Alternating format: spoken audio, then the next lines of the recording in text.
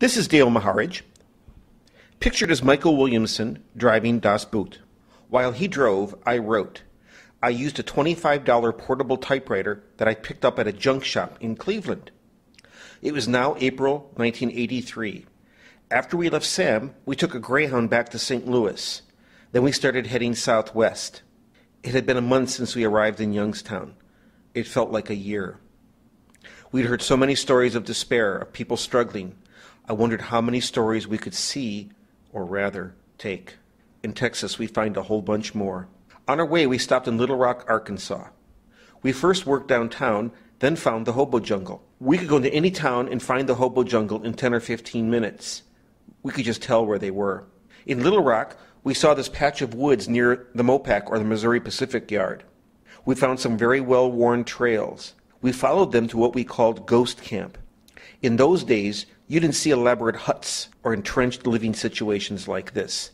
This was startling to us. A woman had lived here, and at one point they tried to keep this place up. There was a broom. We wanted to tell a family story. Lacking that, Michael photographed this camp, the next best thing. We moved on. In Texarkana, we worked the hobo jungle, and Das Boot's muffler started falling off. Michael went underneath to wire it up. When we were younger, both of us had cars with mufflers that would fall off, so we knew the drill. We saw a lot of people on the road. It was really unusual for Michael to take a hit-and-run picture like this. We always got to know the people we photographed. The guy might have had a compelling story, but in our states of mind, we didn't want to hear it. We were pretty burned out. Story after story after story of people in trouble. So we drove on into Houston.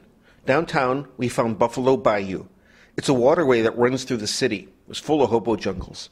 We walked all along it, going across these pipes at one point, and then we had a jumping contest, and Michael lost. I won't tell you what that means. You can use your imagination. We'd heard about the Houston cops. People in Youngstown had told us, watch out for Houston. As soon as you drive in, they're going to see you're from the north. They're going to give you trouble. One guy told us he was sent to jail for pretty much doing nothing. He had to work at what they called the pea farm for a month. At that point, being homeless in Houston, if you were a Yankee, it was real bad. We'd taken this hard hat from the locker room next to the Jenny Blast furnace in Youngstown. If you're going to fish, you got to use the right bait. And it worked.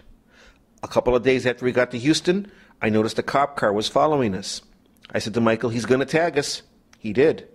The cop told us we were going to jail if we were in town past one more week. And I'd ask, why? And he looked at our car, looked down, and he said, tires. We had bald tires on Das, but we couldn't afford good tires. This was America, and it wasn't just the cop. There were a lot of citizens in Houston who were just like him. There was this attitude. At one point, someone spat on our car. People would scream at us, Yankees, go home. I'm sure there were some nice people in Houston. I still have bad feelings about that city. Apologies to those of you in Houston who are nice people. I know you exist. But I always say, when I die and go to hell, I'll be headed for Houston. The meanness was everywhere. This was in downtown Houston. Note the sign on the door. I won't make any further comment. We went back to the bayou and we found New Jim and Old Jim. New Jim was from Akron, Ohio.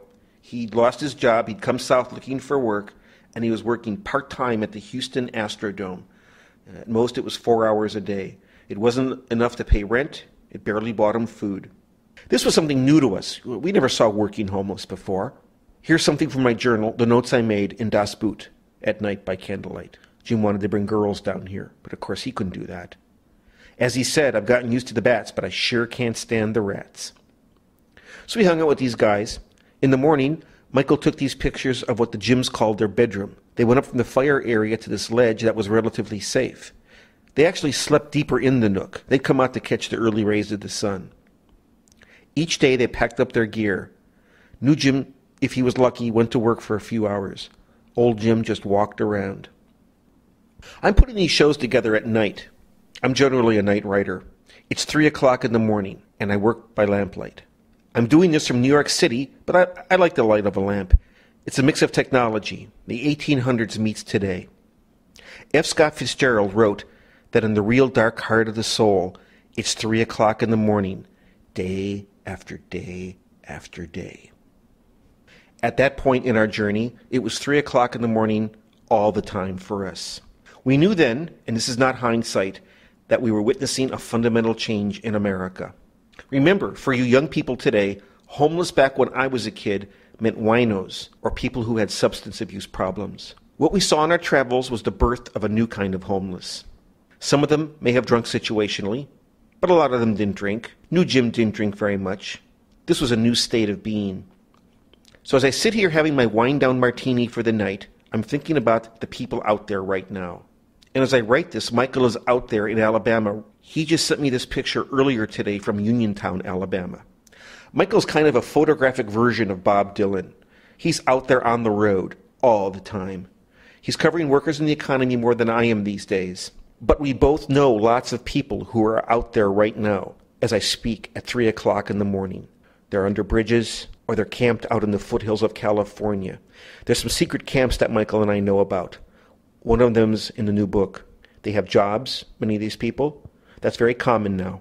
It was new for New Jim back then. It was new for us back then. But now many homeless are working. They can't afford rent. We saw that in New Orleans. You'll also read about that in some place like America if you decide to check it out. In the next couple of days in Houston, we saw all the faces. These sad guys, just out there in the streets. Michael photographed them. I'm not quite sure even why he was taking these pictures. There were white guys, black guys, Latino guys, people who looked a little scruffy, new-timers, everybody in between, a guy in crutches. We'd heard about this van that was parked there on Skid Row. Guys told us, don't go, it's a cult. You'll sign your life away. You can see this paragraph from our new book. This is in some place like America. You couldn't leave after you went into that van. And Michael and I decided we were going to go. We had to go. We had to check it out. I'm not even going to try to tell you that story here. It's an entire chapter in the new book. We were about to find out how low a human being could sink in what was basically that slave camp. We ended up having to escape from that camp with the camp operators chasing us. It's a crazy story. It's the craziest thing that ever happened to us.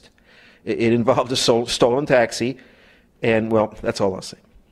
I didn't realize in 1983 that what we went through at that camp, what it really meant. It's in the new book. If you want to check it out, check it out. That chapter is called True Bottom.